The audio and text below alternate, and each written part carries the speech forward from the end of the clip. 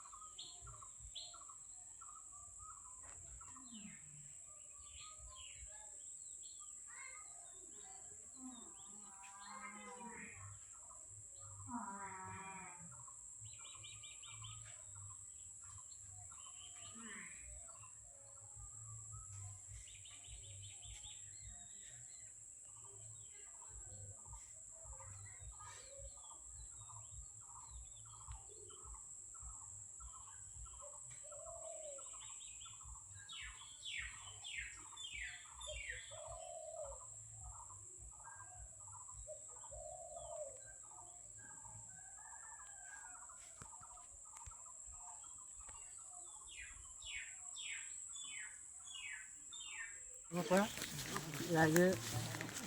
সকলো ৰাইজে ইয়ালৈ আহিছে গোটেইখিনি হেৰিখিনি ল'বৰ কাৰণে গোটেইখিনি সমাধিটো লৈ নাই ইয়াত পাৰিব ভিতৰত পাৰে জেগা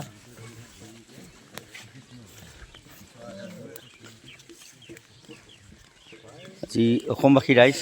তেখেতৰ আত্মা সদ্গতিৰ কাৰণে আজি আমি 2025 চনৰ আজি বহাগ বিহুৰ আমাৰ প্ৰথম বিহু, গতিকে আমি টুপচিঙাবাসী আমি নামঘৰৰ পৰা পোনে পোনে আজি এই ৰাজীৱ গগৈ মানে তেখেতৰ সমাধি মানে এইটো তেখেতক আমি সকলো টুপচিঙাবাসী ৰাইজে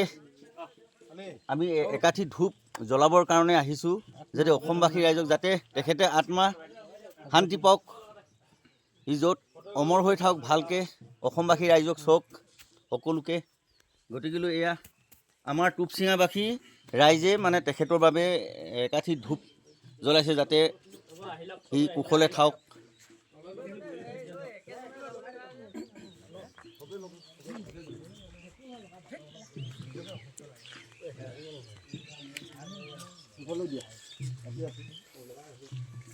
আজি হেৰি খুচি চাকুচি একো নহয় আজি হেৰি হ'ল একো নহয় আমাৰ কৰ্ম একো ধৰ্ম আমাৰ চব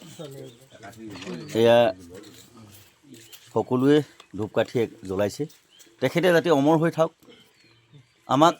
চাই থাকক, অমৰ হৈ শান্তিয়ে থাকক।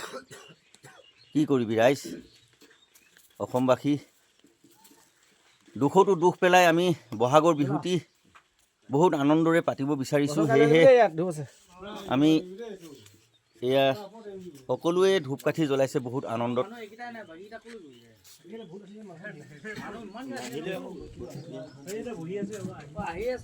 কিছুমান মানুহ তেখেতৰ ঘৰত বহি আছে, সিহঁতৰ মৈদামটোতো দেখিছে, এইটোৰ মৈদাম তেখেতৰ